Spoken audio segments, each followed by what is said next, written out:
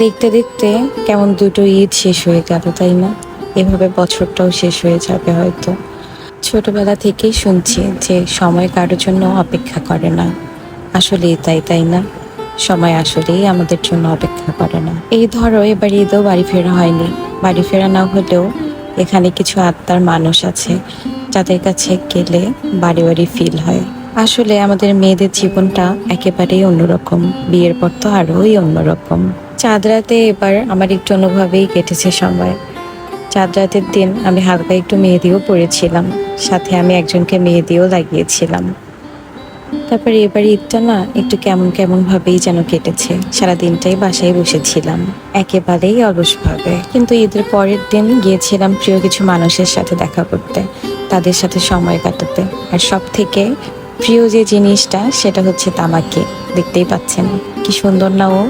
ও অবশ্য একটু ভয়ই পাচ্ছিল। আসলে মানুষের থেকে আমার মাঝে মাঝে মনে হয় এই অবলা প্রাণীগুলোই অনেক উত্তম, তাই না? তারপর তো দেখতে দেখতে আমাদের সময়ও শেষ হয়ে আসছিল। আবার আমাদের ফিরতে তো হবে। ফেরার পথে রাস্তাটা দেখো কি সুন্দর লাগছে।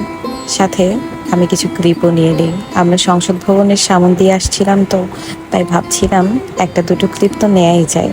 ফেরার পথে রাস্তা দিয়ে যখন ফিরছিলাম তখন মনে হচ্ছিল যে দিনগুলো আমরা পেরিয়ে যাই সে দিনগুলো বোধহয় ভালো। ফেরার পথে রিক্সা থামিয়ে আমি ঢুকেছিলাম একটা দোকানে। কিছুই কেনা হয়নি অবশ্য, একটা দুটো জিনিস ছাড়া। তারপর অবশ্য আমরা রিক্সা ধরে বাড়ি ফিরি।